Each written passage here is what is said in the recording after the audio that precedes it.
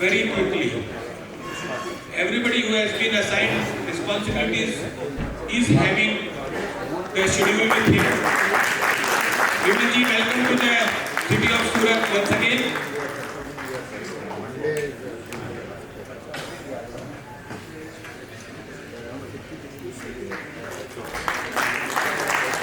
Thank you विमल जी।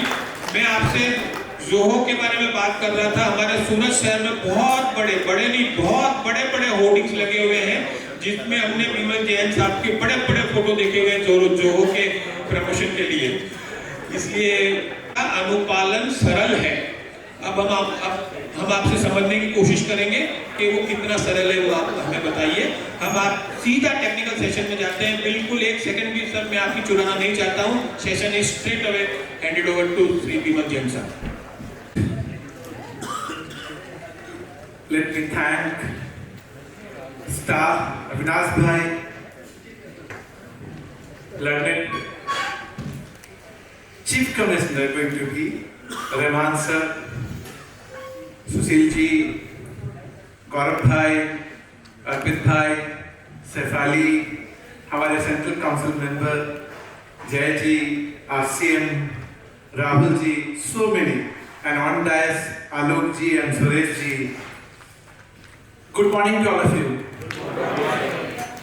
मजा नहीं आया?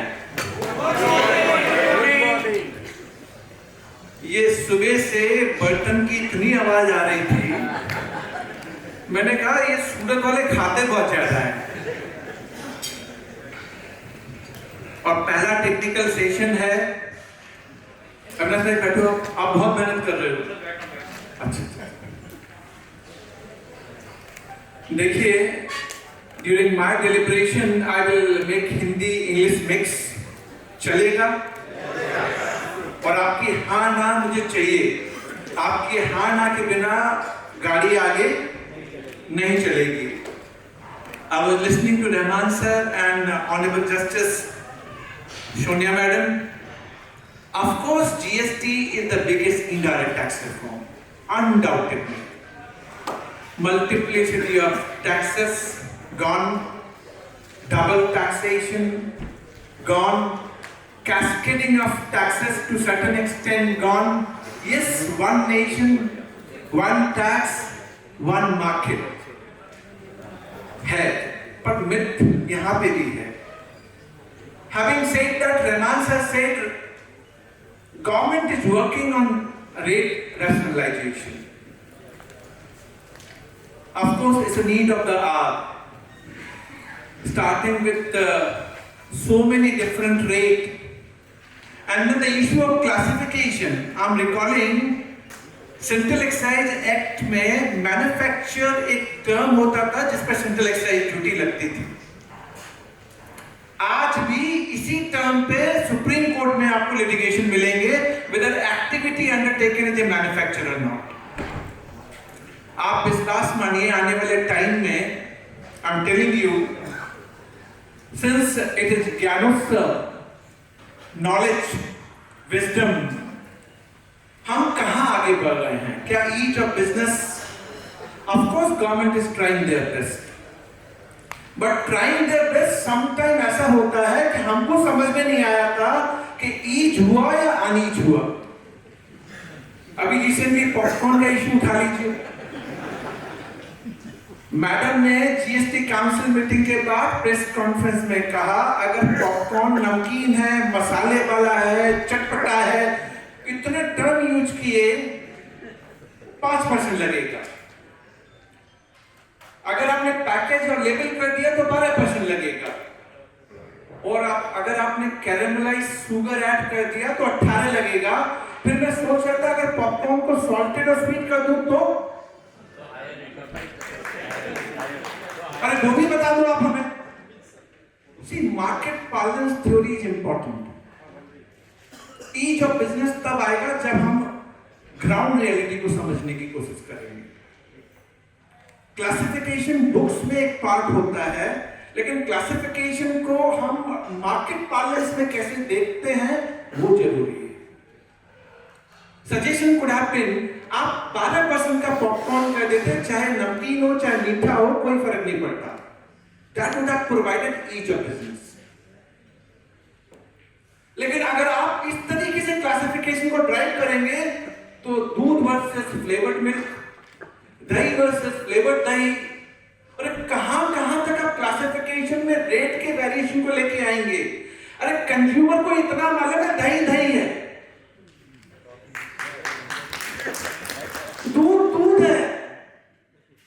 इसी क्लासिफिकेशन अगर वहां बुक्स में बैठ के एचएसएन कोड, उसकी इंटरप्रिटेशन, जी I am not critics, but मैं इनसे कहना चाह रहा हूं कि जहां आप काउंसिल में बैठ के सेंटर एंड स्टेट किसी चीज पे डिस्कस करते हैं, ट्रेड को भी भागीदार बनाइए।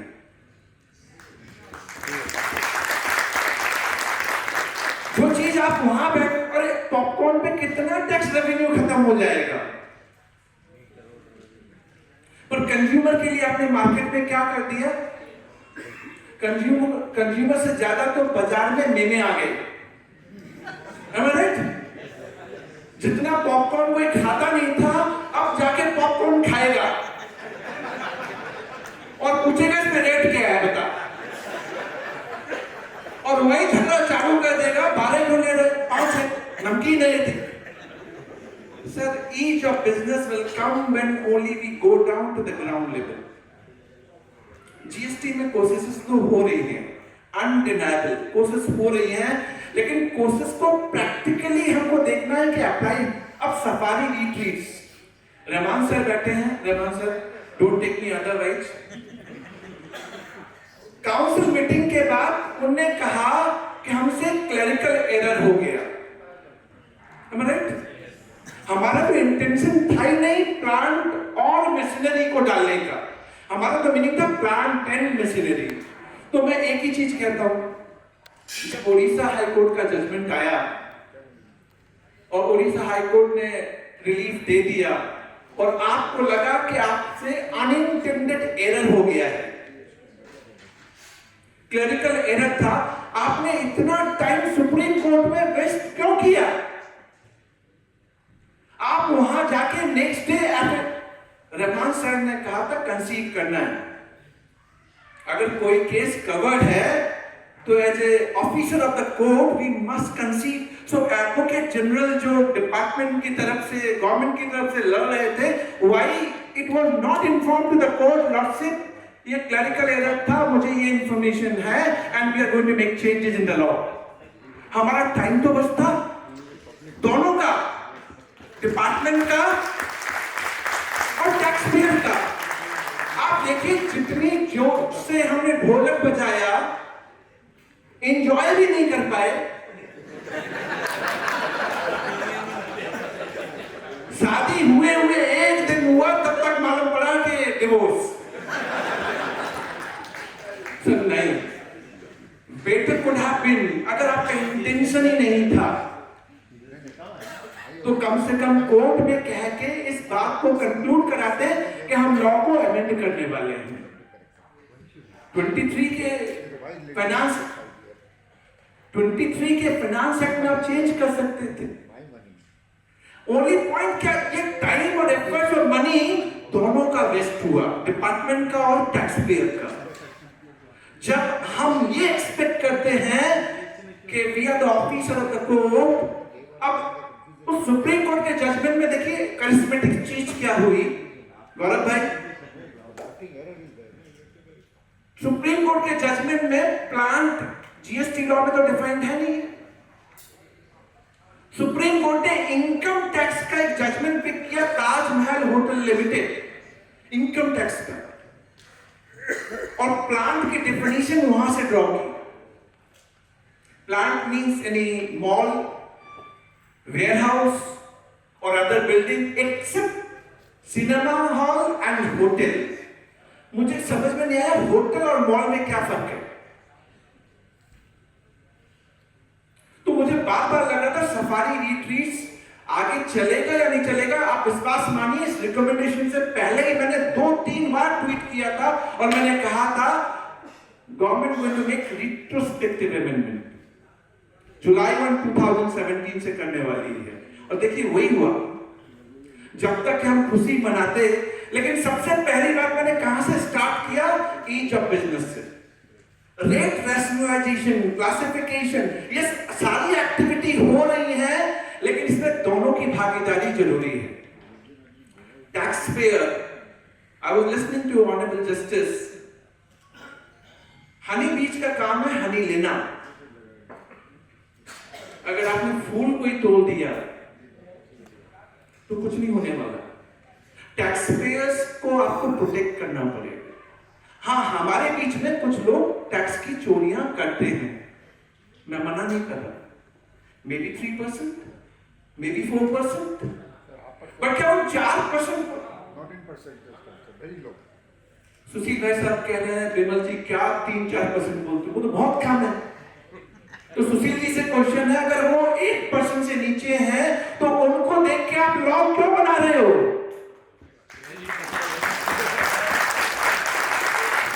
मैं मास ऑडियंस हूं, मैं अगर 99% हूं, अगर आप चोरों को देख के लॉ बनाएंगे तो ईच ऑफ बिजनेस नहीं होगा। अब देखिए एक और आइटम पकड़ू, आजकल ना एक प्रोविजन आ गया as is where is basis. As is, आपको याद है as is where is basis? इसमें मान लीजिए दो कैटेगरी है, एक compliant tax payer, honest tax payer, ये वाली ऑनेस्ट है, लाइक एंड नोट पे ये ऑनेस्ट है सारे के सारे, और आप सब हैं सूरत वाले। मैंने कुछ नहीं कहा, आप सूरत वाले मतलब आप समझ गए, तो सूरत वाले कितने ईमानदार हैं आपको समझ में आ गया ना। होता क्या है कि as is where is basis में ये क्लैरिफिकेशन तो लेके आते हैं। इस बच्चे ने टैक्स दे दिया है, डिस्प्यूट था, टैक्स दे दिया, अब 5 साल बाद 6 साल बाद as is where is basis पे क्लैरिफिकेशन आता है, और क्लैरिफिकेशन में क्या कहते हैं मालूम है कि भैया अब आगे से टैक्स नहीं लगेगा, तो आपने तो टैक्स दिया ही नहीं था, आपका पुराना भी नहीं लगा, आगे भी नहीं लगेगा, इसका एमनेस्टी स्कीम, जिसने लिटिगेशन किया उसको रिलीफ, लेकिन जिसने पे कर दिया, सब कहां पे ये हम लोग इक्विटी पे बात कर रहे हैं। सर मुझे याद है एक चिंतन शिविर का प्रोग्राम, रहमान सर मुझे माफ कीजिएगा, रहमान सर गवर्नमेंट साइड से है पर हमारा दर्द समझते हैं, मैं आपको बता दूं, मैंने गवर्नमेंट ऑफिसर बहुत देखे हैं, and let me compliment, he is the person who understands. मैं तो उनको सीबीआईसी चेयरमैन के रूप में देखना चाहता हूं।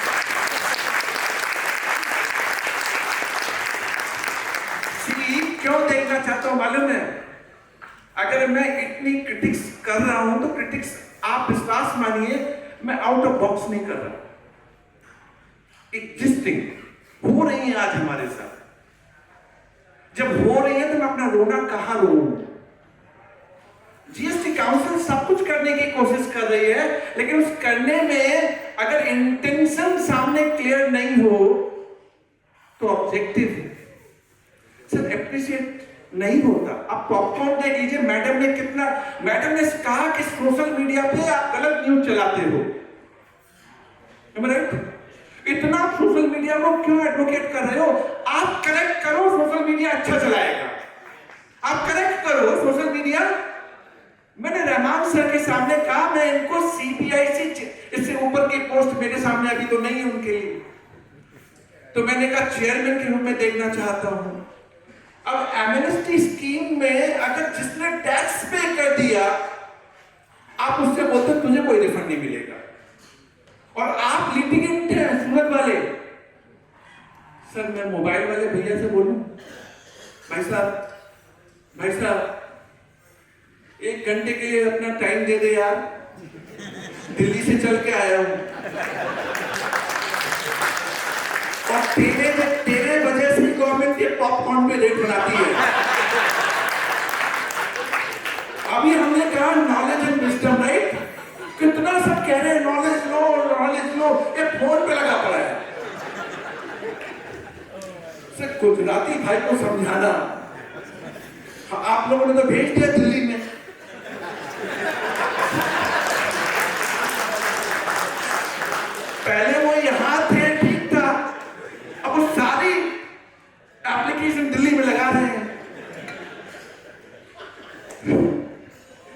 देखिए टेक्निकल सेशन है, पर मेरा पर्पज आपको ये था कि मैं अपने साथ जोड़ पाऊं।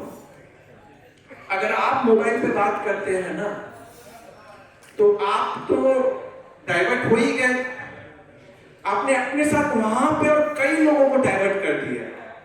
अरे जब मंदिर में जाए ना, अरे भाई साहब, मोबाइल वाले भाई साहब, मंदिर में जब जाए तो कम से कम प्रभु से मिलने गए हैं तो प्रभु को समय दीजिए, तभी प्रभु मिलेंगे।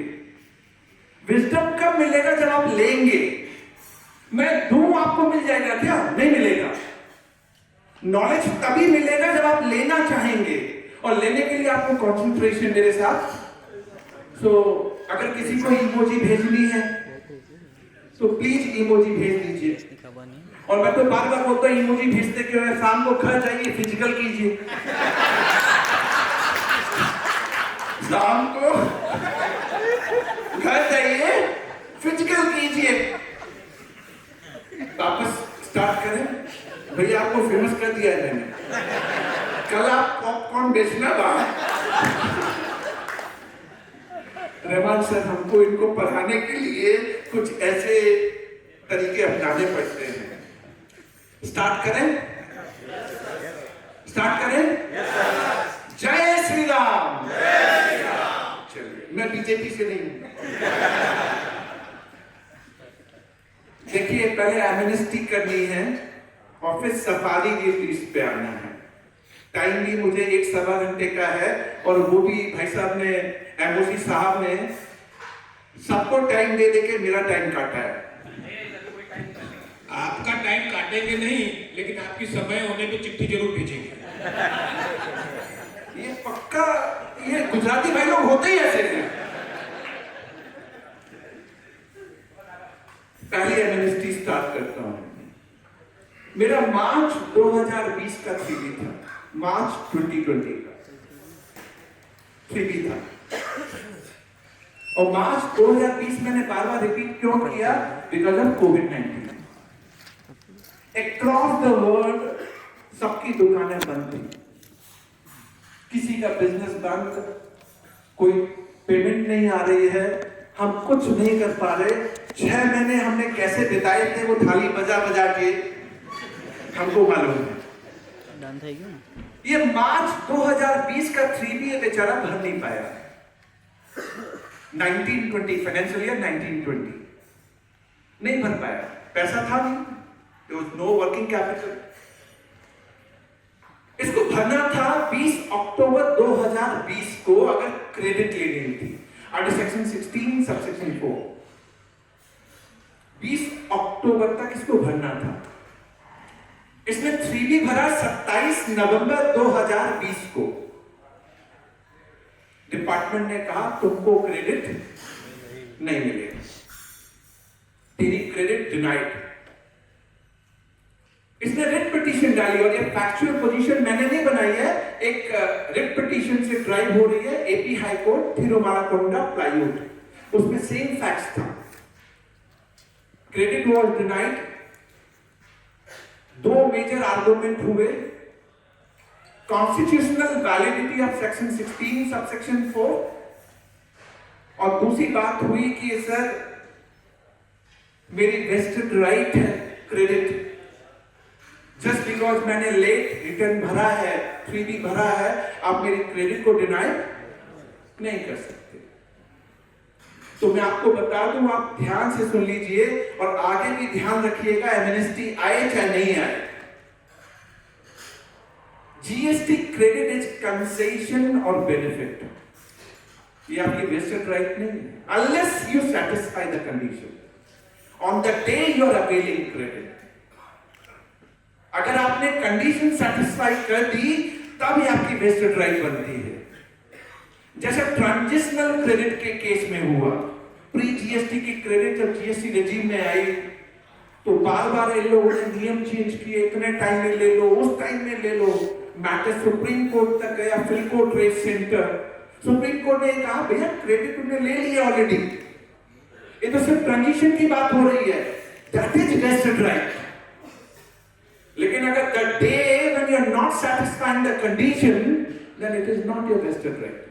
तो यानी आने वाले टाइम में इस बात को आप हमेशा ध्यान रखिएगा, अगर आपने सेक्शन 16 सबसेक्शन 2 की कंडीशन सेटिस्फाई नहीं की, जो कंडीशन है या जो भी अदर कंडीशन 16 सबसेक्शन 4, क्योंकि वहां डिफरेंशिएशन इस बात का भी हुआ, meaning of 16 subsection 2 versus section 16 subsection 4, तो उन्होंने कहा आपको कंडीशन सेटिस्फाई करनी पड़ेगी। उन्होंने कहा ये कॉन्स्टिट्यूशनली वैलिड है, आप कुछ भी कहो आपकी वेस्टेड राइट नहीं है। मैंने मान लिया नहीं है हमारी वेस्टेड राइट, पर मैं 2-3 क्वेश्चन करना चाहता हूं और इन क्वेश्चन को ध्यान से सुनिएगा और ईको कीजिएगा आप मेरे साथ सहमत है या नहीं है। मेरा पहला क्वेश्चन, मार्च 2020 में कोविड-19 आया था, हम सबके लिए आया था। इस कोविड की वजह से मार्च 2020 में आपने देखा था एक सेक्शन है सेक्शन 168 कैपिटल ए 73 में जो हमारी एजुकेशन प्रोसीडिंग्स होती हैं उन सबका टाइम एक्सटेंड किया गया बाय नोटिफिकेशन नंबर 13/2022, 9/2023, 56/2023, सबका टाइम 17, 18, 18, 19, 19, 20 कब किया गया? मार्च 23 में। किसके लिए? मार्च 20 की कोविड के लिए। अरे आप डिपार्टमेंट के लिए एक स्पेशल प्रोविजन उनका टाइम एक्सटेंड कर सकते हो, इस बेचारे का मार्च 20 का 3B था, आपको इसके ऊपर दया नहीं है? आप राइट टू इक्विटी की बात करते हो ना, article 14 the constitution of India की बात करते हो ना, हम दोनों को यार ये ना सर स्पॉइलिंग।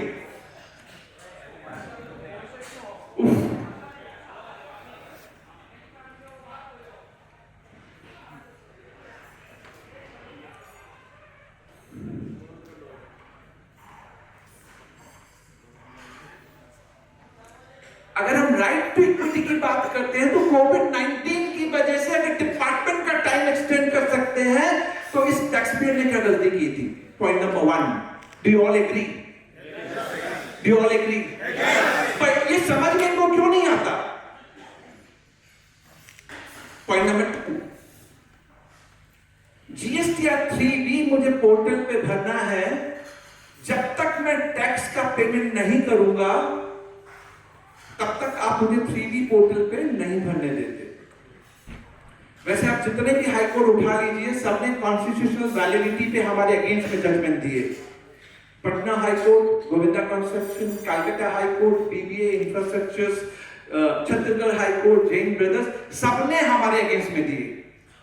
हाँ, सुप्रीम कोर्ट में SLP फाइल की गई, नोटिस इश्यू हो गया, लेकिन अभी रिसेंटली एक जजमेंट आया MP हाई कोर्ट का, आनंद स्टील का,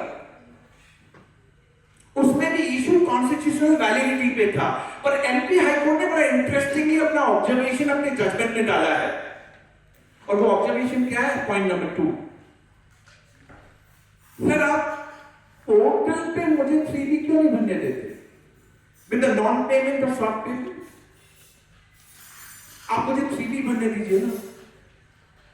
जब मैं पेमेंट करूंगा डिले, तो आप उसे ब्याज लीजिएगा 18% from due date to actual date. कम से कम मैं 3B अगर पोर्टल पे भर लूंगा विद नॉन पेमेंट और शॉर्ट पेमेंट, कम से कम मेरी क्रेडिट तो मुझे मिल जाएगी। अभी आप क्या कर रहे हो? इधर से मेरी क्रेडिट को भी खा रहे हो और यहां पे डिले पेमेंट के ऊपर 18% की ब्याज है, और 3B लेट भरेंगे तो लेट फीस। राइट? यानी एक एक्टिविटी के लिए क्रेडिट गई, लेट पेमेंट के लिए इंटरेस्ट भी दे 18% और लेट फीस भी दे 3B भरने के लिए। तो अगर आप इस तरीके से अगर बिजनेस को स्क्वीज करेंगे, हाँ आपका रेवेन्यू कलेक्शन टारगेट है, हनी बीज का काम है हनी लेना, मार नहीं देना। मार्च 2020 की 3B थी, बिजनेस बंद था सबका। आज देखिए हम चार्टर्ड अकाउंटेंट हैं, मैंने ये पॉइंट रेज भी किया, फिर भी रेज कर रहा हूं। 30 लाख का मेरा टर्नओवर है, मैंने रजिस्ट्रेशन ले लिया।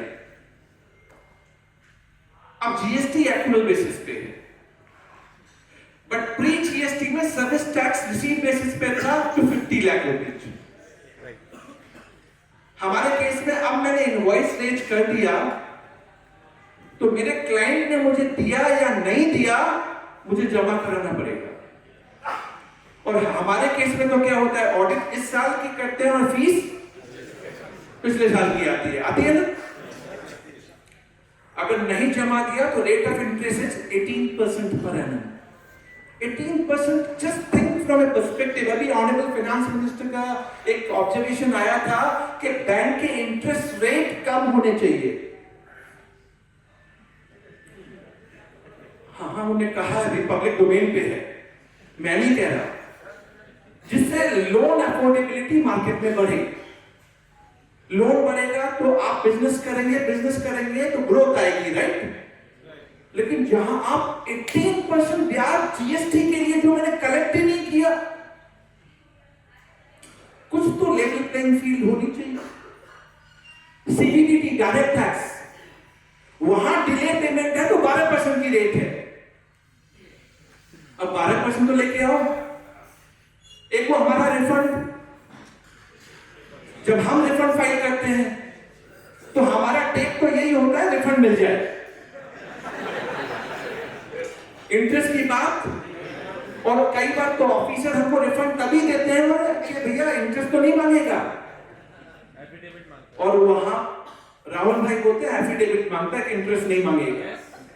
और वहां पे डिलेड रिफंड के ऊपर कितना ब्याज है? 6%। सर, राइट टू इक्विटी की क्यों धज्जियां उड़ा रहे हो? अगर मैं डिले करता हूं तो 18%, जो लॉजिकल नहीं है, रीजनेबल नहीं है, और आप वहां पे रेट रखते हो 6%, कहां से चलेगा? इन सारी चीजों के बीच में मेरे प्रोग्राम हुआ था 4 महीने पहले नासिक में, मुझे याद आता है। YouTube वीडियो मेरे चैनल पे है, आप चाहे तो देख लीजिएगा। और मैंने वहां कमेंट किया था, जो रिकमेंडेशन आने से पहले का है कि जीएसटी एमएनएसटी आएगी 16 सबसेक्शन 4 पे। अगर आप लोग मेरे साथ अगर मेरे YouTube चैनल पे हैं, मैंने 3 महीने पहले कमेंट किया था। क्यों कमेंट किया था मालूम है? ये दर्द इनको समझ में आ रहा था, लेकिन दर्द जब समझ में आया और जब तक समझ के बाद आए, तब तक तो 73 के नोटिस ऑर्डर, 16(4) का मैटर है तो 73 होना चाहिए नॉन फ्रॉड। पर ऑफिसर लेवल पे जाइए 74। अरे मेरे रिटर्न में डिले गया है, 74 कैसे हो गया? सप्रेशन कहां दिया, कहां हमने चोरी की है? 74 आंख मूंद के लगाते हैं। Where the accountability? लिटिगेशन से टैक्स पे कम करेगा, इतनी जिम्मेदारी इनकी है। और बड़े भाई की जिम्मेदारी ज्यादा होती है, जिसको आपने दिल्ली भेज दिया है। बड़े भाई की जिम्मेदारी ज्यादा होती है, तो इनको आगे जनरस बनना पड़ेगा। 74 क्यों? और जो भी 16(4) का मैटर है वो 74 का हो कैसे सकता है? पर आज बन के 74 इन्वोक करना हर चीज में। अरे मेरे रिटर्न से निकल के आ रहा है, how come it is a matter of 74? But आपके अगेंस्ट में एडवर्स ऑर्डर पास किए गए 73, 74। आपने अपील फाइल की तो अपीलेट अथॉरिटी भी क्या बोलता है मालूम है? ट्राइब्यूनल से छुड़वा लेना और ट्राइब्यूनल बनानी है। सर, अपील फाइल करने के लिए 10% pre deposit first stage. Second stage के लिए एक सर्कुलर आ गया कि वो डिफरेंशियल प्री डिपॉजिट है, वो जमा कर दो, रिकवरी नहीं होगी। और ये ट्राइब्यूनल बनाई नहीं है, लेकिन जमा तो कर दो। वर्किंग कैपिटल खाली के लिए थोड़ी पड़ा हुआ है मेरे पास, आई एम बिजनेसमैन। आप कहते नहीं वो बैलेंस 20% जो अब 10% रिड्यूस हो गया है, subject to maximum of 40 crore, पहले 100 करोड़ था फॉर अपीलेट ट्राइब्यूनल। आप कहते हैं कि बैलेंस का पैसा जमा कर दो तो रिकवरी प्रोसीडिंग्स नहीं होगी आपकी। सर्कुलर भी इशू हो जाता है। अपीलेट ट्राइब्यूनल 8 साल हो गए, 8 इयर्स। हम अपीलेट ट्राइब्यूनल क्यों देखते हैं कि भैया जल्दी जाए अपना केस छुड़ा के आए, और इसीलिए हमको क्या करना पड़ता है, सो कॉज नोटिस ऑर्डर के लेवल पे हाई कोर्ट में रिट पिटीशन डालनी पड़ती है। मेरे पास पैसा नहीं है, वर्किंग कैपिटल नहीं है, बट नेवरदलेस अब जो एमनेस्टी आई सेक्शन 16 सबसेक्शन 5 में क्या आई, 16 सबसेक्शन 5 में उन्होंने कहा Bimal for initial 4 financial year 17-18, 18-19, sir मेरे साथ पक्का ना, ठीक है, समझ गया ना। नीचे एग्जाम हॉल में नीचे रखी होती नहीं चोरी।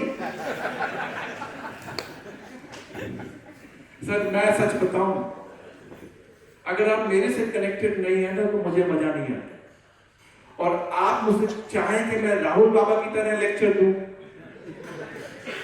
नहीं होगा। मुझे तो आपको सुना के जाना है। आप सुनना चाहो ना का तो ऑप्शन ही नहीं है, ना का तो ऑप्शन ही नहीं है, एक ही चॉइस है, सुनना पड़ेगा। भेज दिया है तो मैं भी तो सुन रहा हूं। बस उस बाबा को लेके मत आना, आप वाले बाबा। ध्यान से प्लीज सर, मेरा कंसंट्रेशन लूज होता है और मैं एक एक बंदे को देख रहा हूं। तो मेरा टेक ये है कि पहला टेक्निकल सेशन है, अविनाश भाई बोलते हैं कि बिमल जी पहला टेक्निकल सेशन आप ही को लेना है। मैंने पूछा क्यों? बोले नहीं सर, आप हमारे स्टार बैट्समैन हो। स्टार बैट्समैन तभी होगा जब सबका साथ, और मैं बीजेपी से हूं। स्टार्ट करूं sir? Please have your concentration. मैं ज्यादा टाइम नहीं लूंगा, अपने हिसाब से टाइम पे क्लोज भी करूंगा, पर आपको साथ रहना है। For initial 4 financial year 17-18, 18-19, 19-20 and 20-21, अगर आपके अगेंस्ट में कोई एडवर्स ऑर्डर पास हो गया है और आपने अपील फाइल नहीं की है, तो इन्हें एमनेस्टी में कहा बिमल अब आपको क्रेडिट मिल जाएगी। सिर्फ आपको 2 कंडीशन सैटिस्फाई करनी है कि आपने क्रेडिट 3B के जरिए लिया हो एंड बाय 30th नवंबर 21 तक लिया हो। Am I clear? 3B और 30 नवंबर 2021। तो एडवर्स ऑर्डर का होगा क्या? उन्होंने कहा बिमल आप रेक्टिफिकेशन एप्लीकेशन डालोगे, तो एप्लीकेशन का फॉर्म कहां है? Annexure A by notification number 22/2024 central tax dated 8 अक्टूबर 2024। ये एनेक्सर ए उसमें लगा हुआ है, डाउनलोड कीजिए, फिलअप कीजिए। रेक्टिफिकेशन एप्लीकेशन आपको पोर्टल पे डालनी है, और टाइम पीरियड क्या होगा? Within 6 month from 8 October 2024। Clarity? अब आपने एप्लीकेशन डाल दी, जो प्रॉपर ऑफिसर है जिसने ऑर्डर पास किया एजुकेशन वाला,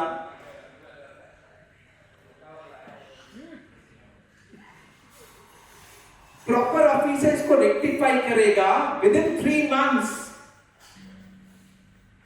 with in 3 months from date of your application, but उस नोटिफिकेशन में टर्म यूज कर दिया as far as possible. Within 3 months as far as, ये term as far as possible जैसे ही करते हैं ना, तो सब्जेक्टिविटी गेट्स ओपन अप। अब एज फार एज पॉसिबल होता क्या है? मालूम है एडवर्स ऑर्डर है, 16(4) का है, टाइमली अप्लाई आ गया तो रेक्टिफाई करो। पर एज फार एज पॉसिबल का मतलब है they are having their leeway, but इस पे भी जूरिस्प्रूडेंस डेवलप कर रही है कि एज फार एज पॉसिबल का मतलब ये नहीं ओपन एंडेड छोड़ दो आप। Maybe for reasonable time you can extend, but there should be reason behind that. तो वो आपका रेक्टिफाई कर देगा। लेकिन रेक्टिफाई करते वक्त मान लीजिए वो एडवर्स, फिर भी वो आपसे एग्री नहीं करता, तो नोटिफिकेशन ने कहा कि वो आपको पीएच देगा, पर्सनल हियरिंग देगा, यानी विदाउट गिविंग पीएच वो आपके अगेंस्ट में आपकी एप्लीकेशन को रिजेक्ट नहीं करेगा। यहां तक क्लियर है? से यस लाउडर। चलिए हमने ये कर लिया। अब हम एक पार्ट पे आते हैं जो इंटरेस्टिंग पार्ट है। ये ऑनेस्ट कैटेगरी है और ये सूरत वाले, अगर इनने कोई भी आईटीसी जिसका डिमांड थी बिकॉज ऑफ 16 सबसेक्शन 4 अगर आपने दे दिया है तो ये कहते हैं इनको कोई रिफंड नहीं मिलेगा। जीएसटी में एक और चीज इवॉल्व हो रही है। क्या हो रही है मालूम है? चल के कुछ मत करो, लिटिगेशन करो, टाइमली मत भरो। क्या मालूम एमनेस्टी आ जाए? कई लोग तो 31 दिसंबर 2024 को ट्विटर पे डाल के पूछते हैं सर 990 की डेट पड़ेगी क्या? मतलब कितना कॉन्फिडेंस है उस बंदे को कि यहां तक आ गया और 31 दिसंबर को पूछ रहा है कि डेट बढ़ेगी क्या? ये हमने ही डेवलप किया है। सर अगर आप इसने भर दिया है, इसने रात रात जाग के भरा है, इसकी डेट में क्यों एक्सटेंड करूं? आपका पोर्टल खराब हो जाए, लास्ट डे में ईमेल जनरेट नहीं हो रहे थे, पोर्टल की प्रॉब्लम थी, किसी का कोई लेना देना नहीं है, समझ में आता है। लेकिन जिसके लिए आपने कट ऑफ डेट बनाई उससे लेट फीस ले ली और दूसरे को आप फैसिलिटी एक्सटेंड करेंगे, मजा? तो टू माय माइंड ये वाला point again subject to litigation है। क्या हम article 265 to the constitution of India where taxes are collected without authority of law need to be tested? मैं नहीं कह रहा कि ये प्रोविजन हमने बना दिया तो सैक्रोसेंट है। We can always see the dispute in this regard. तो मैंने आपको सेकंड पार्ट भी कंक्लूड किया। अब third part of this amnesty ये बोलता आपने क्रेडिट 3B के जरिए लिया हो, राइट? और कब तक लिया हो? 30 नवंबर 2000। अब मान लीजिए मैं एक टैक्स पेयर था, मैंने 3B भरते वक्त मेरे यहां वो कोमल के बारे में आपने सुना है, उसने नील 3B भर दिया, बल्कि मेरी क्रेडिट थी, उसने क्रेडिट का फिगर नहीं दिखाया, नील भर दिया।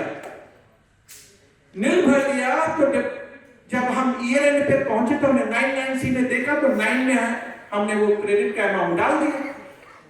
तो मेरा क्वेश्चन है आप सभी से, 3B में नहीं लिया बट 9 में दिखा दिया, 990 में दिखा दिया, आपको क्रेडिट मिलेगा या नहीं मिलेगा? हाँ या ना?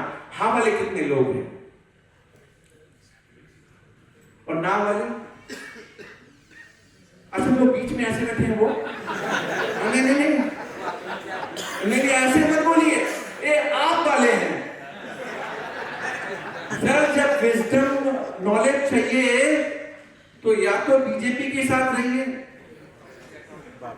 सर नॉलेज का मतलब है अगर आपके माइंड में प्ले ना भी करे तो भी सोचना तो स्टार्ट कीजिए, हाँ और ना में आंसर तो कीजिए। हो सकता है आप गलत होंगे, तो गलत तो यहाँ पर एग्जाम और सर्टिफिकेट तो मिलने वाला है नहीं, बट अगर आप साथ देंगे तो मैंने देखा जब हम गलती करते हैं और फिर वो करेक्ट होती है तो हमारे माइंड में रजिस्टर करती है ना। तो काहे को ऐसे हाथ पकड़ना? बाबा रामदेव तो बोलते हाथ पास खोल के रखिए, मालूम पड़ेगा ये चल रहा है। सर हाथ खोलिए, ये इंपॉर्टेंट है। टू माई माइंड 2 केस मुझे याद आते हैं, मद्रास हाई कोर्ट के Kevin HP gas and Shanmuga hardware electricals. उसके फैक्चुअल भी ऐसे ही थे कि 3B नील फाइल हो गया, क्रेडिट को 990 में दिखाया गया, डिपार्टमेंट ने कहा आप क्रेडिट 990 से ले नहीं सकते, क्रेडिट आपको लेनी है तो 3B से लेनी है। 2 आर्गुमेंट हुए थे उस जजमेंट में, and I am of the opinion ये दोनों आर्गुमेंट आज की डेट में भी वैलिड है। Listen very carefully. First, 3B मैंने भर दिया, मुझे गलती मालूम पड़ गई क्या मैं रिवाइज कर सकता हूं? मेरे पास कोई ऑप्शन अवेलेबल नहीं है। लॉर्डशिप, मेरे पास रिवीजन का कोई ऑप्शन नहीं था। मेरे पास लास्ट रिसोर्ट था कि मैं अपने 99C में इसको करेक्ट करके दिखा दूं। दूसरा, लॉर्डशिप मुझे 3B में ही क्रेडिट लेना है, कहां लिखा है? मुझे 3B में ही क्रेडिट लेना है, ये कहां लिखा है? ऑफकोर्स सेक्शन 39 में जाएंगे तो 3B में बोलता है क्रेडिट अवेल, बट साइमल्टेनियसली कोएग्जिस्टिंग जो आर्ग्यू हुआ था लॉर्डशिप, अब सेक्शन 37 GSTR 1, 38 GSTR 2, 39 जो GSTR 3 होता था जिसको 3B में कन्वर्ट कर दिया, 42, 43।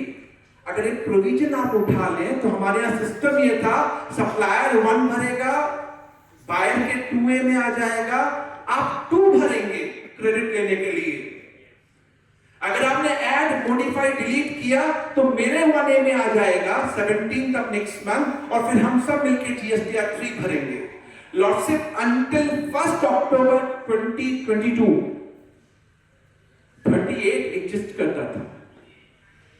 GSTR 2 की बात थी, लेकिन GSTR 2 और 3 कभी इन्हें इंप्लीमेंट किया ही नहीं। लॉर्डशिप जब 2 था, 3B के साथ कोएग्जिस्ट करता था, और 2 में भी क्रेडिट लेने की बात थी, और ये एग्जिस्ट करता था प्रोविजन। इसको ऑमिट किया इन्हें 1 अक्टूबर 2022 से। तो ये कैसे कह सकते हैं कि मुझे क्रेडिट 3B के जरिए लेना है?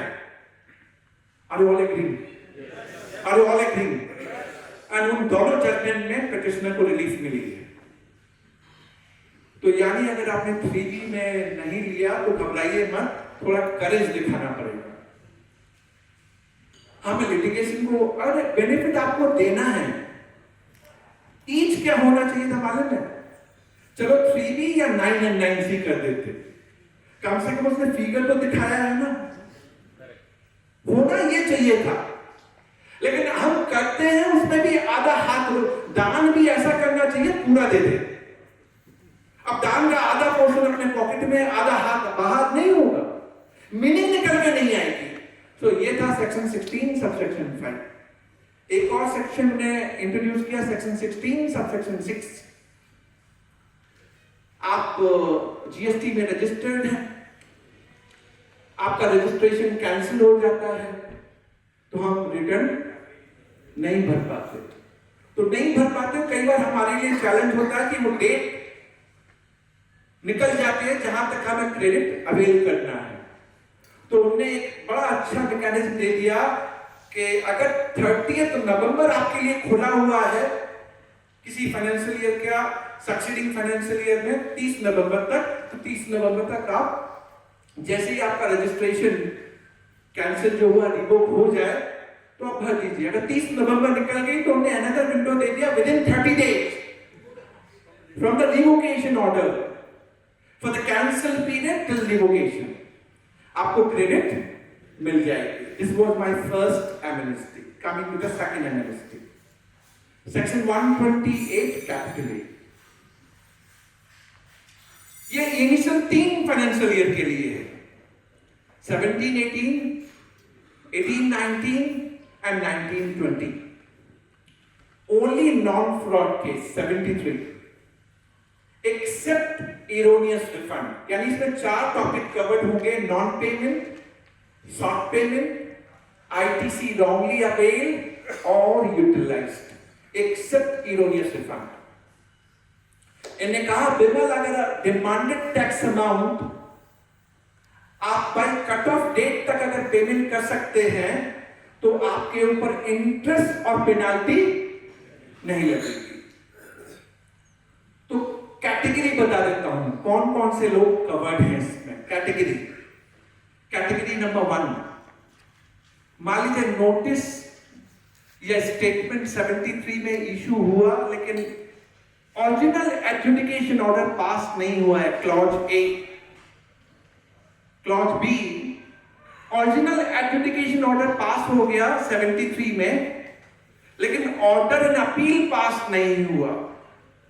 Clause C, order in appeal भी एडवर्स पास हो गया है लेकिन अपीलेट ट्राइब्यूनल का ऑर्डर पास वो तो होगा ही नहीं, क्योंकि tribunal form clause A B सी।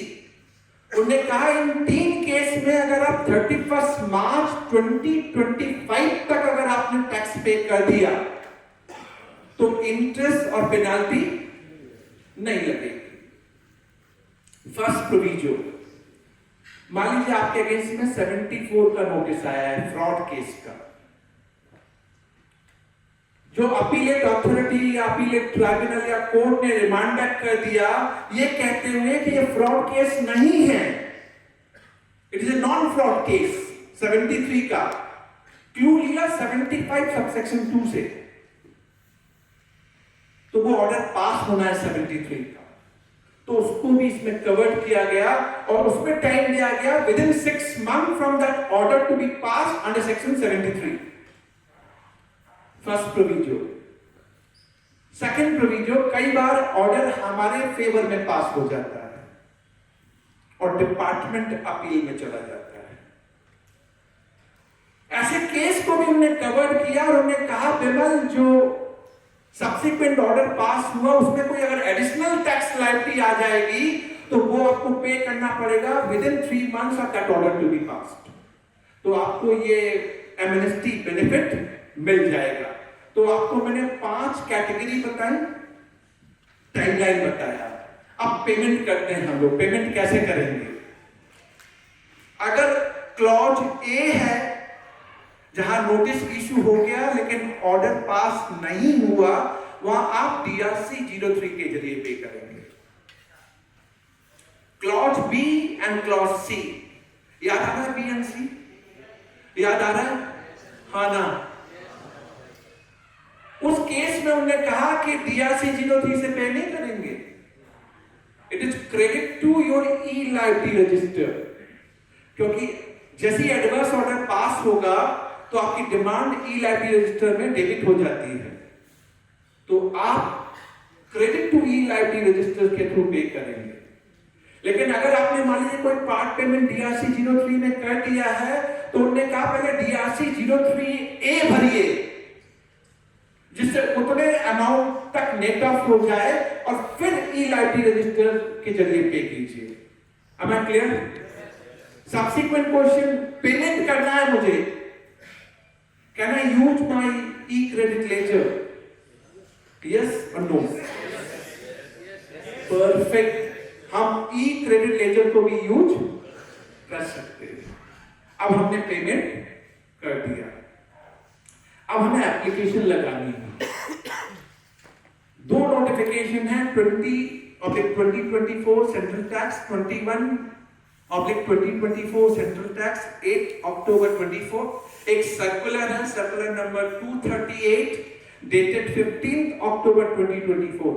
सारा जो मैं आपके सामने डिलिबरेट कर रहा हूं वो यहां से कर रहा हूं।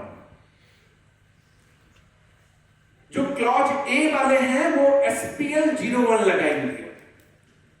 क्लॉज ए मतलब नोटिस इशू हुआ और ऑर्डर पास, और क्लॉज बी और सी वाले SPL, और ये सारे कहां हैं?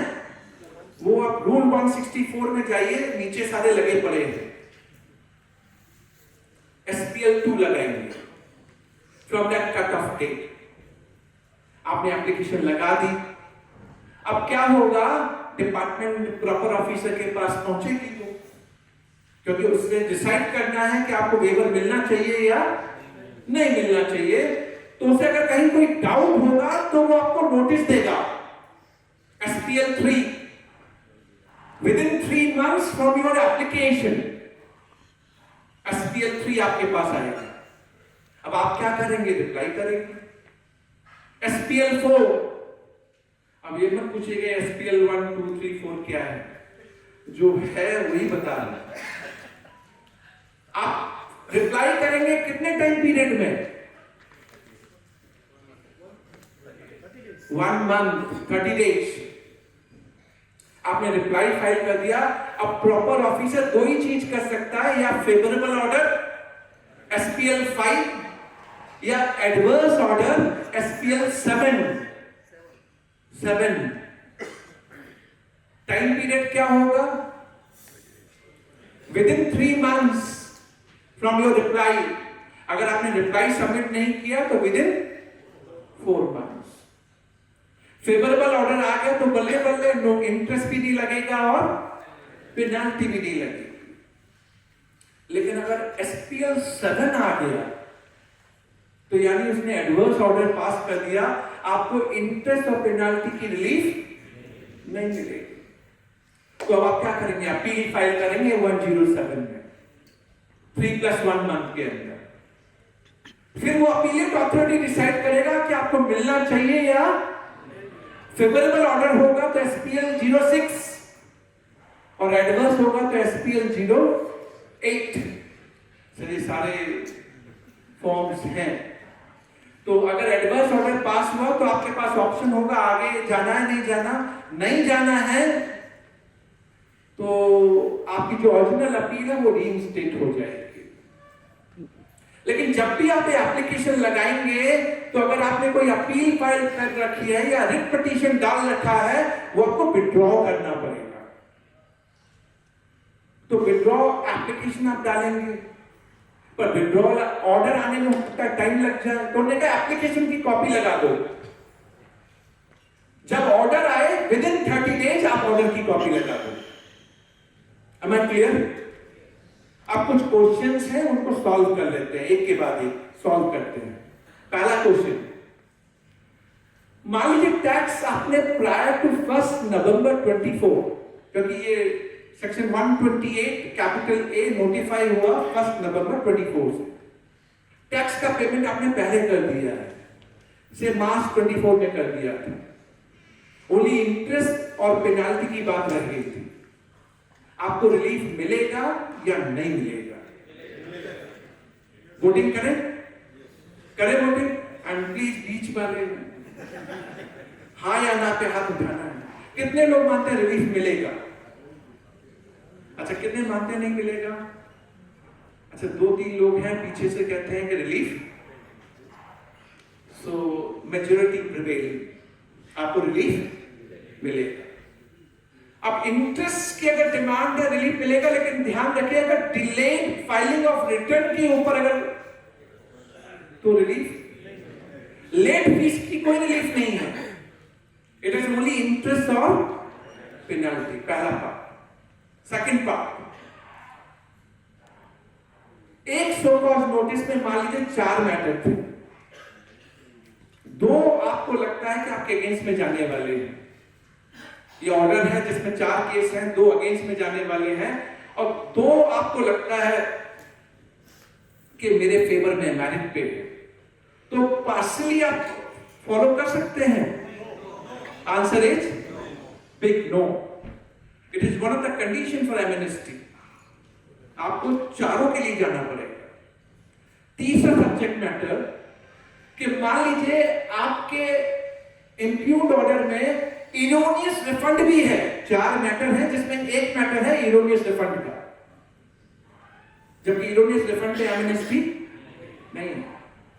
या मान लीजिए 3 साल के साथ 2 साल और इन्वॉल्व हैं जिसपे एमनेस्टी नहीं है,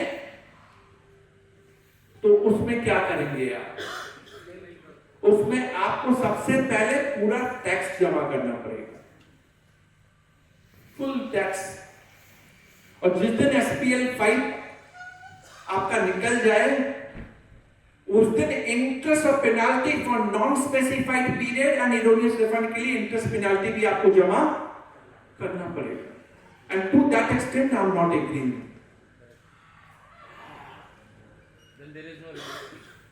ये क्या मतलब है आप मुझसे टैक्स मांग रहे हो? मैं डिस्प्यूट भी तो कर सकता हूं, मैं टैक्स क्यों जमा करूं? और क्यों मुझे इंटरेस्ट और पेनाल्टी देनी है? अदरवाइज मेरी एमनेस्टी वॉइड हो जाएगी। ये तो इस तरह की चीजें आप एमनेस्टी देना भी चाहते हो और फिर देना भी नहीं चाहते। अरे कुछ दो तो दिल खोल के दो ना। दान देना तो कई बार होता नहीं, मंदिर में जाते हैं पॉकेट में हाथ डालते हैं, दिखाते हैं हर 500 का पूरा बंडल है, फिर इस पॉकेट में डालते हैं 10 रुपए का नोट। कोई फायदा नहीं है ना सर। एमनेस्टी देनी है, आपने वाकई देनी है तो फ्रीली दो ना, लेट इट बी ओपन। तो ये पार्ट भी मैंने कर दिया। मान लीजिए एक ऐसा ऑर्डर है जिसमें 16(4) का मैटर भी है और अदर मैटर भी है। तो उसने क्या कहा, बिमल जी ऐसे केस में 16(4) की रिलीफ तो आपको मिल गई, तो 100 रुपए की मान लीजिए डिमांड है, 40 रुपए 16(4) के थे, 60 रुपए अदर मैटर थे, तो 16(4) की रिलीफ 16(5) में मिल रही है। तो उसने कहा तुमको कोई रेक्टिफिकेशन एप्लीकेशन नहीं डालनी है आप 40 रुपए के लिए, तुम इसी SPL 1 और 2 को डालो और 60 रुपीज पे करने हैं net. Am I clear to all? अब लास्ट एक क्वेश्चन है जो बहुत बड़ा इंटरेस्टिंग क्वेश्चन है, मैं देखूंगा आप में से कितने लोग उसका आंसर कर पाएंगे, देखता हूं मैं। 17-18 के ऑर्डर पास हुए 73 में, दिसंबर 23 में। 18-19 के ऑर्डर पास हुए अप्रैल 24 में। सर ठीक है ना सर, सब सही जा रहा है, भाई साहब ने कुछ बताया तो नहीं। और 19-20 के ऑर्डर पास हुए अगस्त 23 में और 24 में, am I right? उनकी अपील जानी थी 30 नवंबर तक 1920 की। इसमें बोलता है ना आपको विड्रॉ करनी पड़ेगी अपनी अपील और रिट। मान लीजिए आपने अगर अपील फाइल ही नहीं की है तो आपको रिलीफ मिलेगा, मिलेगा? कोई ना बोलने वाला? देखिए अगर सब हाँ करें, कई बार क्या होता है ना, जो रास्ता आसान होता है ना, सारी भीड़ उसी को फॉलो करती है, आसान रास्ता है। पर इसका मतलब ये नहीं कि आप भीड़ के साथ जुड़ जाइए। आपको मालूम है कि आपको क्या करना है, तो आप अपना रास्ता खुद चुनिए। तो कोई ऐसा बंदा जो बोले सर नहीं मिलेगी, विश्वास मानिए आपको रिलीफ मिलेगी। तो मैंने 128 कैपिटल ए को भी कवर कर दिया। अब लास्ट एक आइटम है जो इंटरेस्टिंग वन है, 15-20 मिनट और लूंगा, 10 मिनट, अच्छा 15 मिनट, वैसे 1.5 घंटे का था, सच बता रहा हूं मैं आपको, और 12 बजे तक सेशन खत्म होना था। 15 मिनट तो मिनिमम लूंगा। सूरत वाले मिले, छोड़ना तो नहीं है, सबको गले लगा लगा के प्यार करना है। करेंगे ना आप लोग? करेंगे नहीं करेंगे? पीछे वाले चुप क्यों है? सर आपका भी दोस्त हूं। पीछे वाले तो कौन से मालूम है जिनको इमोजी भेजनी है? सफारी रिट्रीट इन्हें डाला हुआ है। सफारी रिट्रीट का रिलेवेंस तो आप जानते हैं खत्म हो गया, लेकिन मैं आपको बड़ा इंटरेस्टिंग तरीके से प्रेजेंट करने वाला हूं और बड़े डिफरेंट तरीके से, जिससे आपको लगे कि वाकई कुछ अलग तरीके से हमने सुना टॉपिक को। सफारी रिट्रीट क्या था मालूम है? मान लीजिए आप किसी मॉल का कंस्ट्रक्शन कर रहे हैं और मैं आपका वर्क्स कॉन्ट्रैक्टर हूं जो मॉल का कंस्ट्रक्शन कर रहा हूं, तो मैं GST चार्ज करूंगा, तो आपको क्रेडिट मिलेगी या नहीं मिलेगी? आपका आर्गुमेंट ये था कि इस मॉल की कंस्ट्रक्शन के बाद इसमें जो शॉप्स बनेंगी हम उसको कॉमर्शियली लेट आउट करेंगे, आउटवर्ड के ऊपर GST लगेगा, तो मुझे इनवर्ड की क्रेडिट मिलनी चाहिए। Am I right? GST law का प्रीएम्बल भी है, सीमलेस फ्लो ऑफ क्रेडिट और कैस्केडिंग नहीं होनी चाहिए। Am I right? पर सेक्शन 17 को अगर आप उठा लेंगे, सेक्शन 17 सबसेक्शन 5, वहां पे उसने नेगेटिव लिस्ट डाल दी है और नेगेटिव लिस्ट डाल के कह दिया विमल इन चीजों पे आपको क्रेडिट नहीं मिलेगी और आपको seamless flow of credit, cascading of tax, ये सब के आर्गुमेंट भूल जाओ। तो पहला क्वेश्चन ऑनरेबल सुप्रीम कोर्ट के पास ये था, constitutional validity of section 17 subsection 5 clause C and clause D, जिसमें बात है कंस्ट्रक्शन ऑफ इमूवेबल प्रॉपर्टी पे आपको क्रेडिट नहीं मिलेगी। पहला क्वेश्चन ये था। दूसरा क्वेश्चन ये था कि GST क्रेडिट क्या मेरी फंडामेंटल राइट है या कॉन्स्टिट्यूशनल राइट है या स्टैट्यूटरी राइट है? ध्यान रखिएगा, हम सबको आंसर करना है और तीसरा क्वेश्चन था कि 17 subsection 5 clause C versus clause D में डिफरेंस क्या है। तो पहले हम समझ लेते हैं, फिर हम आगे बढ़ेंगे, क्योंकि इसका रिलेवेंस आपको अदर जजमेंट जो मैं बाद में बोलने वाला हूं वहां पे आपको ड्रॉ करना है। 17(5)(c) क्या मालूम है? अगर आपने वर्क्स कॉन्ट्रैक्ट सर्विस ली for construction of immovable property, आपको क्रेडिट नहीं मिलेगा एक्सेप्ट प्लांट एंड मशीनरी, या आपकी इनवर्ड सप्लाई भी वर्क्स कॉन्ट्रैक्ट सर्विस है for the provision of outward works contract services, यानी दो एक्सक्लूजन डाले उसने। अगर प्लांट एंड मशीनरी है तो मिल जाएगा, या इनवर्ड वर्क्स कॉन्ट्रैक्ट सर्विस है तो आपको मिल जाएगा, अदरवाइज क्रेडिट नहीं मिलेगा। इसमें वर्ड यूज हुआ प्लांट एंड मशीनरी। 17(5)(d) बोलता है विमल क्रेडिट इज नॉट सर्विसेज और both on construction of immovable property, नहीं मिलेगा क्रेडिट आपको अदर देन प्लांट और मशीनरी। यहां पे वर्ड यूज कर दिया और, even though it is in the course of furtherance of business, business से रिलेटेड है, फिर भी हम आपको क्रेडिट नहीं देंगे। अगर प्लांट और मशीनरी है तो ये दोनों प्रोविजन मैंने आपको ड्रॉ कर दी। अब पहला क्वेश्चन है कॉन्स्टिट्यूशनल वैलिडिटी के ऊपर था कि 17(5)(c) और d जो बार्ड करता है क्रेडिट नहीं मिलेगा, कॉन्स्टिट्यूशनली वैलिड है या नहीं है। सुप्रीम कोर्ट ने कहा है कॉन्स्टिट्यूशनली वैलिड है। लेजिस्लेटर ने अगर बारिंग प्रोविजन बना दिए हैं तो हम डिबेट, अगर आपकी कोई ग्रीवेंस है तो आप जाइए जीएसटी काउंसिल से बोलिए, वो आपको याद आता है बीकेसी फुटस्टेप आपका Gujarat high court versus Madras high court जो सुप्रीम कोर्ट में गया। ऑनरेबल सुप्रीम कोर्ट ने कहा बहुत दर्द होता है, वो इन्वर्टेड ड्यूटी स्ट्रक्चर पे था, refund of inverted duty structure.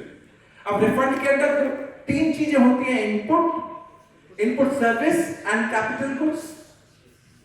वहां डिस्प्यूट इनपुट और इनपुट सर्विस का था, कैपिटल गुड्स का नहीं था। वो कह रहे थे कि इनपुट के अंदर इनपुट सर्विस भी आ जाता है, आप मुझे इनपुट और इनपुट सर्विस का रिफंड दीजिए। गुजरात हाई कोर्ट बल्ले बल्ले था, मद्रास हाई कोर्ट ने मना किया, सुप्रीम कोर्ट ने मैटर को सुना और सुनने के बाद कहा हमें वाकई बहुत दर्द होता है। सर सुप्रीम कोर्ट से आजकल जो जजमेंट आ रहे हैं ना, with all regards, due regards, Canon India का जजमेंट चीफ जस्टिस की कोर्ट ने दिया और उसी को रिव्यू किया जाता 3 मेंबर बेंच में, और अनदर चीफ जस्टिस उसको एकदम चेंज। उसमें एक दो चीजें ये उठी थी कि ये पर्टिकुलर सर्कुलर है, ये चेंज है, ये वाला पिछली बार हमें दिखाया नहीं गया था।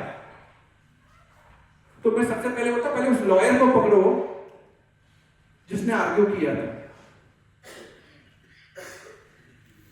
Of course we are court officer, अगर पिछला वाला कोई सीनियर एडवोकेट है और पिछली बार जजमेंट जब आया और आपने कोर्ट को वो सर्कुलर और वो प्रोविजन नहीं दिखाया, you are equally responsible just because of name से।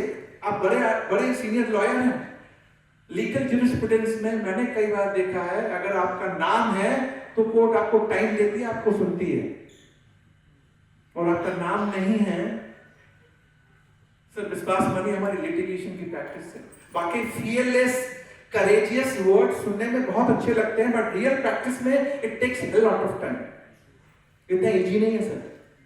कई बार आप सही होते हैं लेकिन वहां आपको ऐसी सिचुएशन से निकल के आना पड़ता है, और यही एक टेस्ट है जिसको हमको पास करना है फॉर लीगल प्रैक्टिस। मैं इक्वली रिस्पॉन्सिबल मानता हूं उस लॉयर को। चलिए रिव्यू हो गया। बीकेसी फुटस्टेप में ऑनरेबल सुप्रीम कोर्ट ने यह कहा कि हमें दर्द होता है कि आपका इनपुट सर्विस पे क्रेडिट एक्यूमुलेट कर जाएगा, पर 54 सबसेक्शन 3 सीजीएसटी एक्ट में अगर रिफंड मिलना है इन्वर्टेड ड्यूटी स्ट्रक्चर पे तो इनपुट पे ही मिलेगा, इनपुट सर्विस पे नहीं मिल सकता। कैपिटल गुड्स तो आप भूल ही जाइए। अगर आपको दर्द है तो आप जाके जीएसटी काउंसिल और सीबीआईसी ने फिर वो रूल 89 सब रूल 5 दिखाया गया। बोले सर आपने कैलकुलेशन का तरीका ऐसा कर रखा है कि हमें रिजल्टेंट बेनिफिट हमारी नेगेटिव हो जाती है, तो उसको फिर हमने चेंज किया। मैं ओनली से एज कोर्ट ने कह दिया अगर बारिंग प्रोविजन है क्रेडिट नहीं मिलेगी तो क्रेडिट कॉन्स्टिट्यूशनल वैलिडिटी पे क्वेश्चन करना बंद। अगर है तो आप जीएसटी काउंसिल के पास जाइए, उनसे कहिए सर बिजनेस से रिलेटेड है, कैस्केडिंग हो जाएगा, सीमलेस फ्लो ऑफ क्रेडिट जो आपने प्रीएम्बल में डाला है इसका पर्पस डिफीट हो रहा है। पर एक लेजिस्लेटर जो ड्राफ्ट कर रहे हैं उनको कॉल लेना है, तो यानी कॉन्स्टिट्यूशनल वैलिडिटी पे आप क्वेश्चन नहीं कर सकते। सेकंड क्वेश्चन आपने बताना है जीएसटी क्रेडिट क्या फंडामेंटल राइट है? से यस और नो। सभी लोग नहीं बोल रहे। GST credit is a fundamental right, constitutional right, is a statutory right. ये क्वेश्चन था इस जजमेंट में। It is not your fundamental और constitutional right, it is only statutory right. और स्टैट्यूटरी राइट जब कंडीशन आप सेटिस्फाई करेंगे तो सेकंड क्वेश्चन भी मेरे फेवर में नहीं था। तीसरे क्वेश्चन में घमासान हुआ 17(5)(c) वर्सेस डी। जो आर्गुइंग काउंसिल थे senior advocate with due regards to them, मैं अपनी बात बताऊं आपको, ये सी और डी में plant and machinery versus plant और मशीनरी मैंने भी इतना नहीं सोचा था। ऑनेस्टली आई एम कन्फेसिंग, मैं कह रहा हूं आपसे, इनने सुप्रीम कोर्ट में यही आर्गुमेंट लिया। वो लॉसेट 17(5)(d) में जो एक्सक्लूजन है वो प्लांट और मशीनरी का है। यानी अगर इमूवेबल प्रॉपर्टी भी बनी, अगर वो प्लांट की तरह वर्क कर रही है तो आपको क्रेडिट मिल जाएगा। सर नहीं मिल जाएगा। तो ऑनरेबल सुप्रीम कोर्ट ने फंक्शनल टेस्ट, फंक्शनलिटी आपको देखना पड़ेगा ये मॉल प्लांट है या नहीं है। अब बात आई कि जीएसटी लॉ में क्या डिफाइंड है, चैप्टर 5 एंड चैप्टर 6 में अगर आप जाएंगे ना तो प्लांट एंड मशीनरी डिफाइंड है, प्लांट नहीं डिफाइंड है। तो उन्होंने कहा लॉ से देखिए प्लांट एंड मशीनरी डिफाइंड है, पर डी में प्लांट और मशीनरी मतलब अलग मीनिंग, एंड और में कितना फर्क है, समझ रहे हैं ना आप लोग? तो लॉ से प्लांट अगर है और मॉल प्लांट की तरह वर्क कर रहा है तो मुझे क्रेडिट।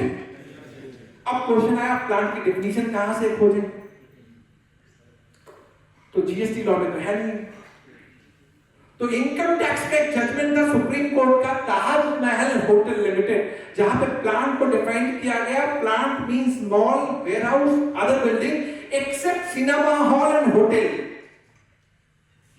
लॉर्डशिप देखिए इस सुप्रीम कोर्ट के जजमेंट में था प्लांट मतलब मॉल, मॉल की बात हो रही है, अगर मॉल प्लांट बन गया तो मुझे क्रेडिट 17(5)(d) में मिलेगा। With again all due regards and respect, hotel mall नहीं है, होटल में तो सेम होता है, होटल का कंस्ट्रक्शन करवाइए सब्सिक्वेंटली कॉमर्शियली लेटिंग आउट होता है मॉल की तरह। क्या डिफरेंस है मॉल और होटल में? पर प्लांट की डेफिनेशन से होटल बाहर है। पर ठीक है, जो मॉल का जजमेंट आ गया तो हम सबने तालियां बजाई। और आजकल तो मैं आपको सच बताऊं, जब तक सुप्रीम कोर्ट, कल आप लोगों ने वो लीजिंग लैंड राइट पे बहुत ताली बजाई है, मैंने भी बजाई है। अविनाश भाई नेगेटिव ना लें मुझे। जब तक वो भाई साहब कहते 3B39 में रिटर्न है या नहीं है, राइट? आप एसोसिएट याद आ रहा है 39 में सुप्रीम कोर्ट ने भारतीय एयरटेल को रिलाई किया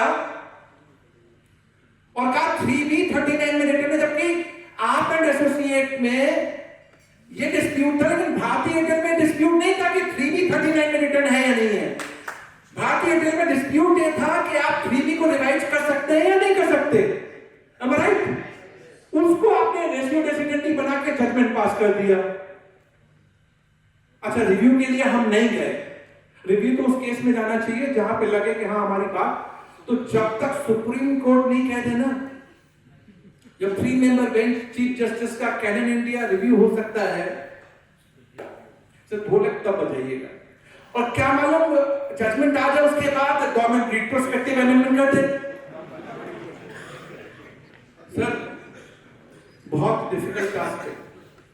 तो बहुतों ने ताली बजाना चालू कर दिया। अब कई क्वेश्चन आने लगे, सर मुझे फैक्ट्री पे मिल जाएगा, सर मुझे वेयर हाउस पे मिल जाएगा।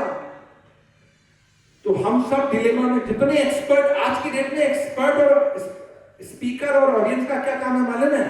आपके मन में भी बहुत से स्पीकर आपके हिसाब से बेहतर स्पीकर है। अब 5 स्पीकर एक ही टॉपिक पे आए बोलने के लिए, लेकिन जो आपके माइंड में रिप्लाई है ना, अगर वही वाली बात जिस स्पीकर ने बोली वो बेस्ट स्पीकर है, और जिसने आपके हिसाब से नहीं बोली इसको आते नहीं कुछ, आके पक पक करता रहता है शुरू से, सूरत वाला बोलता रहता है। और कई स्पीकर तो पीछे से बोल के नहीं जाते, क्या बोल रहे थे वो।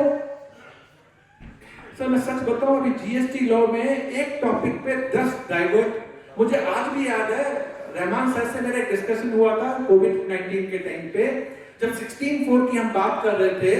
नॉन ऑब्स्टेंटिक क्लॉज से 16 सबसेक्शन 2 स्टार्ट होता है, और मैंने कहा 16 सबसेक्शन 4 को ओवरराइड कर लेगा। रहमान सर ने मुझसे कहा था, विमल जी पर 16 सबसेक्शन 4 तो डिफरेंट कॉन्टेक्स्ट में है। I do recall sir, you did discuss with me. Rahman sir ने मुझसे डिस्कस किया था कि विमल 16 सबसेक्शन 4 तो डिफरेंट कॉन्टेक्स्ट में है। एपी हाई कोर्ट ने यही कहा कि 16 सबसेक्शन 2 और 16 सबसेक्शन 4 डिफरेंट कॉन्टेक्स्ट में है, वो ओवरराइड नहीं कर रहा। सच मानिए, आज एक टॉपिक पे 10 स्पीकर 10 इंटरप्रिटेशन लेके आ रहे हैं। अगर आप सक्सीड कर जाए तो वेल एंड गुड।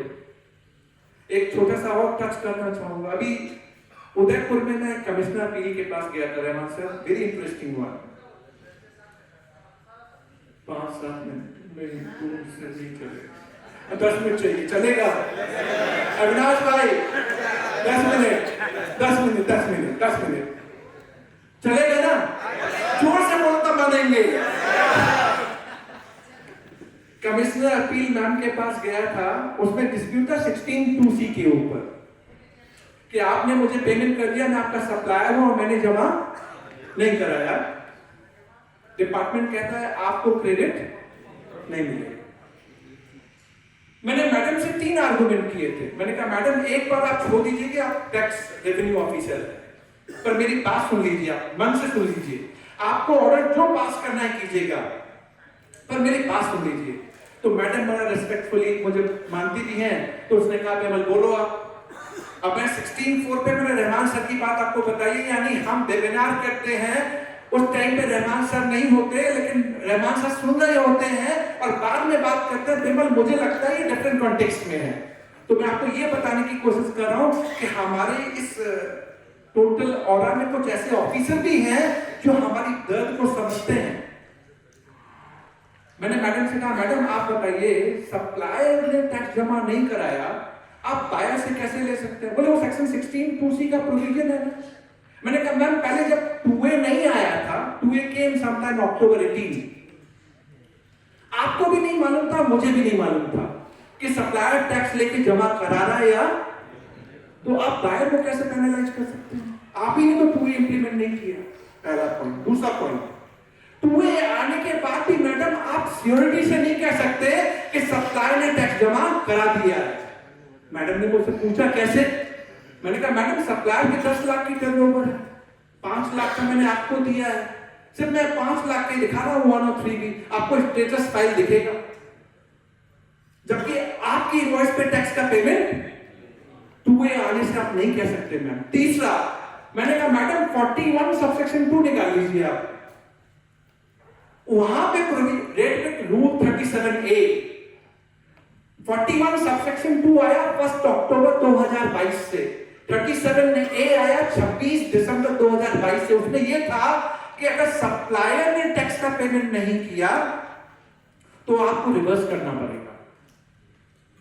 मैंने कहा मैम ये प्रोविजन तो आया ही 1 अक्टूबर 2022 से। अगर रिवर्सल का प्रोविजन पहले था तो ये प्रोविजन लाने की जरूरत कहां थी? यानी ये प्रोविजन लाया गया है, इसका मतलब ऑन उसका एक पर्सपेक्टिव है। आप 1 अक्टूबर 2022 के बाद मुझसे रिवर्सल मांग सकते हैं, पुराना वाला आपके पास प्रोविजन था ही नहीं। हाँ कंडीशन है, तो कंडीशन है तो सप्लायर को पकड़िए ना। आपके लिए जितने भी सेक्शन है 73, 74, 76, 83, 79 सप्लायर को पकड़िए आप। चौथा मैंने आर्गुमेंट लिया इनवॉइस मैनेजमेंट सिस्टम। मैंने कहा मैडम पहली बार अक्टूबर 24 से आपने सिस्टम डाला है कि सप्लायर अपनी इनवॉइस आईएमएस पे आएगी, आपको दिखेगी, आप एक्सेप्ट करेंगे, आपके 2B और 3B में जाएगी और मेरे 3B में जाएगी और उसका पेमेंट होगा। यानी इनवॉइस लेवल पे मैचिंग तो पहली बार हो रही है, पहले तो होती ही नहीं थी। तो आप 16(2)C का मुझसे कैसे डिमांड कर सकते हैं? तो मैंने आपको यह समझाने की कोशिश की है, हर स्पीकर का अपना ओन इंटरप्रिटेशन है। आपका काम क्या होना चाहिए मालूम है? राम भगवान से भी लीजिए, श्री कृष्णा से भी लीजिए, गणेश जी से भी लीजिए, लक्ष्मी जी से भी लीजिए और सबका मिला के मॉकटेल और कॉकटेल बनाइए और फिर उसको पीजिए, वो अपने तरफ से।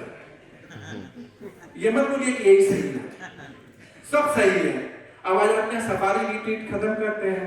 जब तक हम ढोलक बजाते तब तक क्लरिकल एरर था, अनइंटेंडेड। रिट्रोस्पेक्टिव करेक्ट कर देंगे।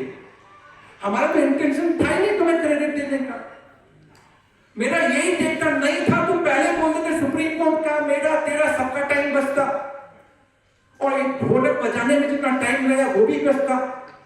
But nevertheless 2 judgment Delhi high court ने, भारतीय एयरटेल में टेलीकम्युनिकेशन टावर होता है उस पर क्रेडिट का डिस्प्यूट था। डिपार्टमेंट का एलिगेशन है कि telecommunication tower embedded with earth immovable property बन गया, आपको क्रेडिट नहीं मिलेगा। आर्गुमेंट हुआ तो उसमें प्लांट एंड मशीनरी की डेफिनेशन को लिया गया। प्लांट एंड मशीनरी की डेफिनेशन क्या है मालूम है? Any apparatus, equipment, machinery with foundation and structural support, except land and building, civil structure, plant and machinery नहीं हो सकता। Telecommunication tower, plant and machinery नहीं हो सकता। And last the pipeline laid outside the factory, ये plant and machinery नहीं हो सकता। डिपार्टमेंट ने कहा telecommunication tower and prefabricated structure जो होते हैं ये सारे के सारे इमूवेबल प्रॉपर्टी हैं। सुप्रीम कोर्ट ने प्री जीएसटी में सैंडविच क्रेडिट के लिए एक जजमेंट पास किया। उन्होंने कहा ये टेलीकम्युनिकेशन टावर मूवेबल है या इमूवेबल है। एक त्रिवेणी इंजीनियरिंग सुप्रीम कोर्ट का जजमेंट उन्होंने रिलाई किया, उसमें मार्केटेबिलिटी टेस्ट को रिलाई किया कि अगर मान लीजिए कोई भी ऐसा गुड्स जिसको हमने अटैच कर दिया फाउंडेशन के साथ, फिर उसको हमने डिसमेंटल किया और फिर हमने दूसरी जगह ले गए, तो it's a movable one, it's not immovable one. तो क्रेडिट मुझे मिलेगी even though it is capital goods, input और कैपिटल गुड्स मिलेगी मुझे। यहां पे भी डिस्कस किया गया जस्ट बिकॉज इसको टेलीकम्युनिकेशन टावर को प्लांट एंड मशीनरी से बाहर कर दिया, इसका मतलब ये नहीं है कि इमूवेबल प्रॉपर्टी बन गया। We have to look at the test of movable versus immovable. यानी मुझे क्रेडिट मिलेगी, lot of juice is there. तो यानी अभी भी मेरे पास इतना विंडो है कि अगर मैं प्रूव कर पाऊं इन चीजों को तो मुझे क्रेडिट मिलेगा। तो टाइम कम है, इच्छा बहुत है। एक छोटी सी 2 मिनट की कहानी करके, न्यू ईयर्स है, कुछ अच्छा करना है लाइफ में। जीएसटी दिन भर करते रहने से काम नहीं चलेगा। हमारी लाइफ भी, हमारा विजडम भी। मैं मैडम जस्टिस को सुन रहा था, मैडम ने कई हमें मंत्रास दिए कि हमें लाइफ में करना क्या चाहिए। एक ओल्ड लेडी थी, जब भी वो खाना बनाती थी तो एक रोटी एक्स्ट्रा बनाती थी। उनका टेक था जो भी आए लेके जाए, उनकी तरफ से CSR था, जैसे हमारा PSR है फ्री वाला। अविनाश भाई का प्यार है तो आ जाते हैं। अब यहाँ से क्लाइंट अविनाश भाई थोड़ी भेजेंगे दिल्ली, और आप थोड़ी दिल्ली आएंगे चल के। वो तो अविनाश भाई, गौरव भाई, इन सबका प्यार है, हम आ जाते हैं, आपका प्यार है। और सूरत वाले खिला के भी इतना भेजते हैं कि बाद में बर्तन टक टक टक टक कर रहे होते हैं। तो लेडी जो भी एक रोटी एक्स्ट्रा बनाती थी, ये कैमरामैन वाले भी हंस रहा है, तू पैसे मत लेना। जो भी बनाती थी, एक रोटी एक्स्ट्रा बनाती थी, एक साधु बाबा लपक गए और वो रोटी लेके जाने लगे। जब भी रोटी लेके जाते तो ऐसा कहते थे, तेरा बुरा तेरे पास रह जाएगा, तेरा बुरा तेरे पास रह जाएगा और तेरा अच्छा तेरे पास चल के आएगा। तो लेडी बड़ी अच्छी थी, धार्मिक थी, मन भी बहुत अच्छा था, पर उसके मन में खटकता था, मेरी रोटी की लेके जाता है, खाता भी है, फिर कहता है तेरा बुरा तेरे पास रह जाएगा। मैंने क्या बुरा किया? एमओसी से 15 मिनट का टाइम मांगा, वो 2 मिनट दिखा रहे हैं, सेकंड्स में दिखा रहा और सेकंड्स में दिखा रहे हैं। इतना बुरा होगा ना तेरा। बस तो 1 मिनट और है, 1 मिनट और है। तो उस लेडी के मन में एकदम गुस्सा आ गया तो उसने जहर की रोटी बनाई। बोले बहुत बोलते ना, तेरा बुरा तेरे पास रह जाएगा, अब तुझे मालूम पड़ेगा, और जहर की रोटी बाहर रख दी। पर लेडी अच्छी थी, धार्मिक थी, और आप विश्वास मानेंगे, अगर आपका मन अच्छा है ना तो गलत करने से आपको बार बार रोकता है कि गलत मत कर, गलत मत कर। कोई क्या कहता है, कोई 2 सेकंड बोलता है, मत सुन।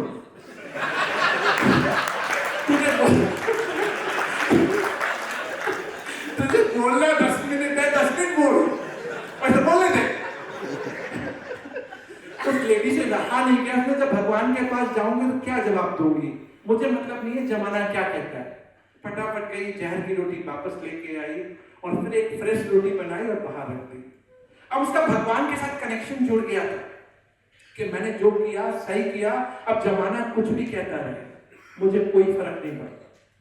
तो जब सही रोटी, अच्छी रोटी रख दी, साधु बाबा आए, रोटी उठाई, लेके गए, और वही स्लोगन, तेरा बुरा तेरे पास रह जाएगा और तेरा अच्छा तेरे पास चल के आएगा।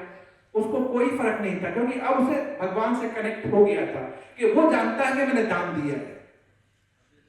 शाम को देखती है बहुत दूर से उसका बच्चा लथपथ, कपड़े फटे हुए थे, खून निकल रहा है, चल नहीं पा रहा, आ रहा है। तो मां दौड़ के जाती है अपने बच्चे के पास, गले लगाती है, पूछते बेटा तूने क्या हाल बना रखा है?